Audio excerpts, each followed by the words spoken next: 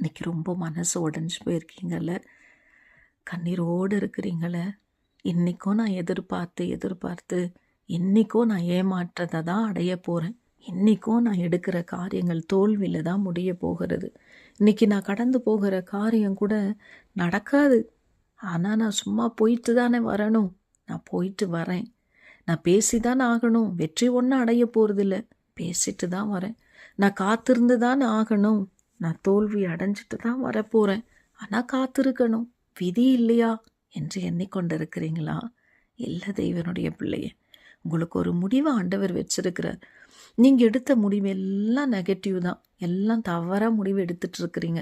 அவ்வளவுதான், முடிஞ்சிருச்சு, இனிமே நடக்காது, இனிமே ஆகாது, இனி ஒன்றும் எனக்காக காரியங்கள் வாய்க்க போகிறதும் கிடையாது, நடக்க போகிறதும் கிடையாது, எதுவும் மாறப்போகிறதும் கிடையாது. இதுக்கு மேலே என்ன மாற்றம் வந்து என்ன மாறப்போகுது?